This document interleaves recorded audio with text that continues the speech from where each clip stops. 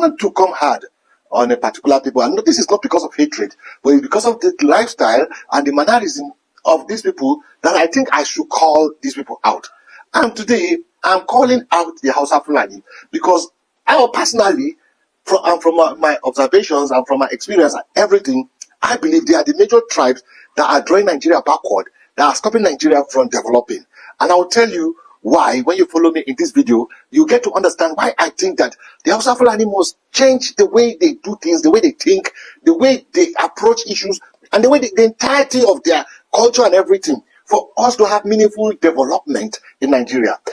Now, I want to come hard on Hausa Fulani people of the north, far north Nigeria.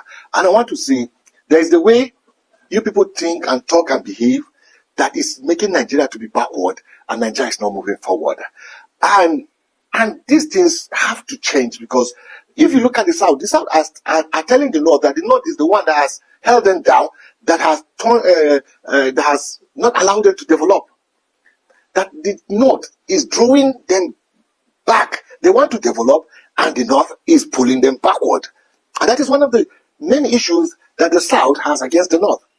And one of the key things that when you find the Igbos, they say they want to go. These are one of the key things. Yoruba are saying too, they want the Yoruba nation. Some of these things are what you people play out in the far north. Now, I'm not talking about the middle belt north. This is not a middle belt north problem.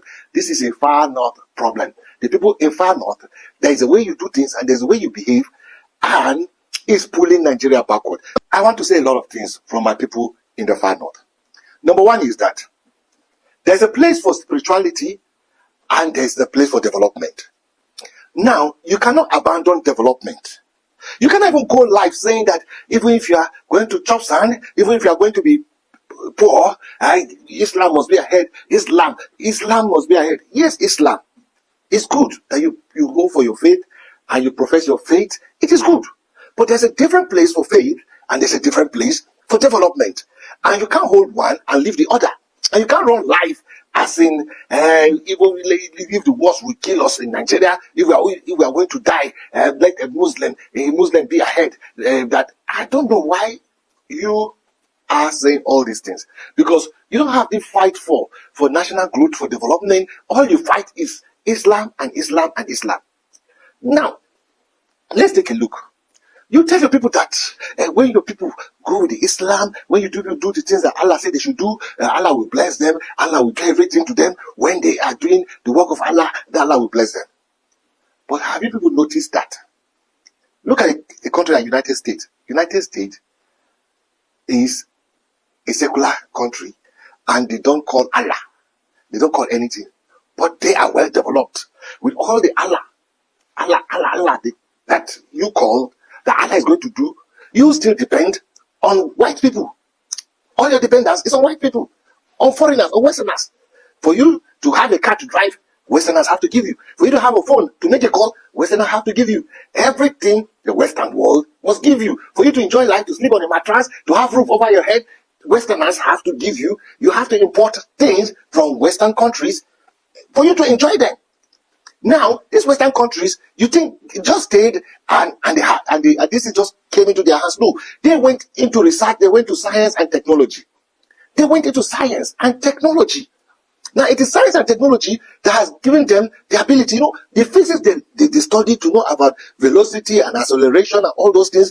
It's what they use to manufacture all the machines and the gadgets and everything that you use. The biology, the chemistry, that is what these people are using. They didn't say they are going to do the work of God and then God is going to give them these things. No. So they are enjoying, and they are enjoying life. Why? With all the God that we call, all the things that we say is Allah, Allah first. I'm not telling you, don't put Allah first. You have to give Allah his place. But you have to go into helping to develop the country by coming into learning, into knowing how these things are done. We don't need to be importing nation. Now, follow me. I'll tell you why I am making this video. You see, my issue with the far northern Nigeria is that they don't know that unity is what will bring greatness. You don't want to unite with Nigerians. You called every other Nigerian is an army, He's a kafiri. He's accursed. He's a pagan. He's an infidel. Because Allah said you should not walk with him. Allah said if you meet him on the road, you should hit him and throw him out of the way. Allah said you should eat his food. Allah said this, Allah said this, Allah said this. That is all your Islamic scholars say. You people don't even listen to your technocrats. You don't listen to your professionals. You listen to your Islamic scholars. And this is all they tell you. So if you are not going to be with us in one country, so that we come together to see how we join our heads, how we build country, how we become an industrialized country, how we become a developed country. If all you think is that we are armies, you people are Allah said this, Allah said this, and again you are pulling everybody backward. The leadership of this country, the far northern people have been the people who have held the leadership of this country for many years, and all you have is about Allah said, Allah said, Allah said. You can't even think of the natural things that we can do to help ourselves. I don't believe that Allah is going to do for you what He has given you brain to do. Allah is not going to do anything for you. Allah will not just open Al-Jannah and be throwing blessings on you. That's a lie. It is what you go and set out to do with your hands. It is what it is the labor you put that you gain. So every thinking that you tell your people that they should not do this, they should not do this, if you do this, Allah will bless them, Allah will do this, Allah will do this. How can they not come and be part of national development? And all you tell them is they should just think about their spirituality and everything will be okay. And we see countries that don't hold on to spirituality and they are the great countries of the world. I am not saying holding on to spirituality is, don't get me wrong. Everybody must hold on to his faith. Everybody must believe in his faith. But we have to be a country where we unite together for nation building, where we talk about how we can build this country into greatness, how we can develop this country, how we can come together. What the Igbo knows, what the Yoruba knows, what the Hausa knows, what the Middle Belt know, what the South know. Everybody, we come together and we think of how we build this country. We cannot build this country as some people say we are those kind of people are army, those kind of Kafiri. All that is what you preach. The Quran said don't do anything with them. Quran said don't mingle with them. Quran said they are dirty. Quran said this. Quran said this. And you just divide the country. Anytime you go into the social media, you will see one Islamic scholar. There is nothing he's preaching. He will never preach for his people to say, people go and learn physics, go and learn chemistry, go and learn biology, go and learn economics, go and learn. Let's learn how to develop. Let's learn how to build this thing. These white people that are building these things, they are humans like us. Let's go deep into learning. You will never hear that.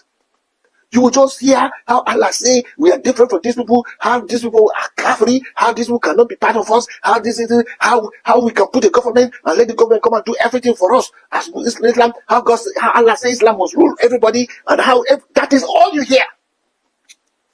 That is everything your Islamic scholars preach. And somehow you people are becoming like parasitic because you're not really getting into what is really happening in the world. The oil sector in Nigeria is being controlled by the Northern Bloc. This is a question that many people need to understand. And the reason why we have a lot of poverty in the northern part of the country is because of the high level of selfishness by the leaders from the northern region. With all the arable land in the northern part of the country and the mineral deposits, the northern part has more advantage compared to other regions of the country. But because they lack, will I call it, let me reserve that word. But they're not thinking. So how will they be complaining? They have the land to farm to have food. Go to the south. They have the land to farm for food? No. And so I wonder why people from the north are not thinking.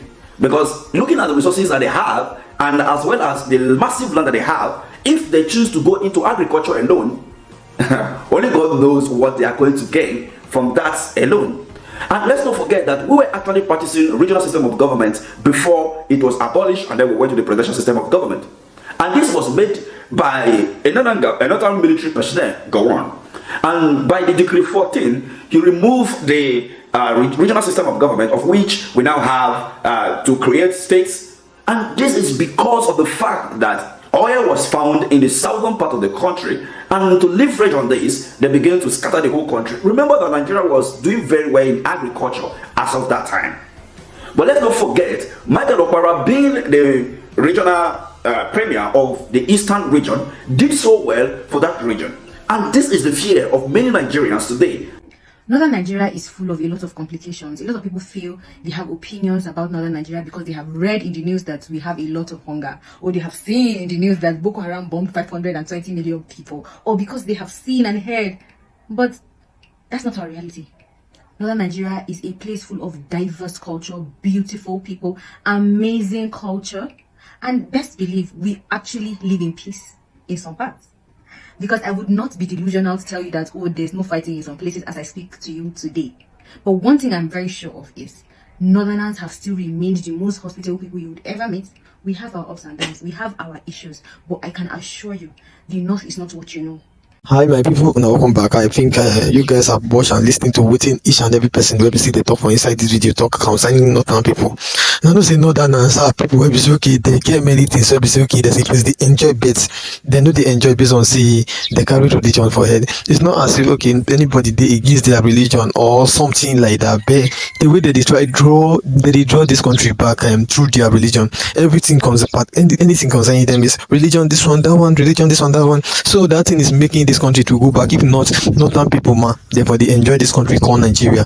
You know, say okay, ever since we say we did inside this country called Nigeria, now Northern people now them be the most rulers of this country. Now them be the most people who say they don't rule this country. The person who say you rule like before Tinubu came in, nobody Buhari, not President Buhari. So na him bro. So why be say okay anytime we say they talk of regional government, them they go they complain. You not supposed like that. Since they say okay they have land to like farm, do their stuff, do anything they like, they should go to their side. They should like accept that regional government so that okay anything they want to do, okay, they will be doing in their own state.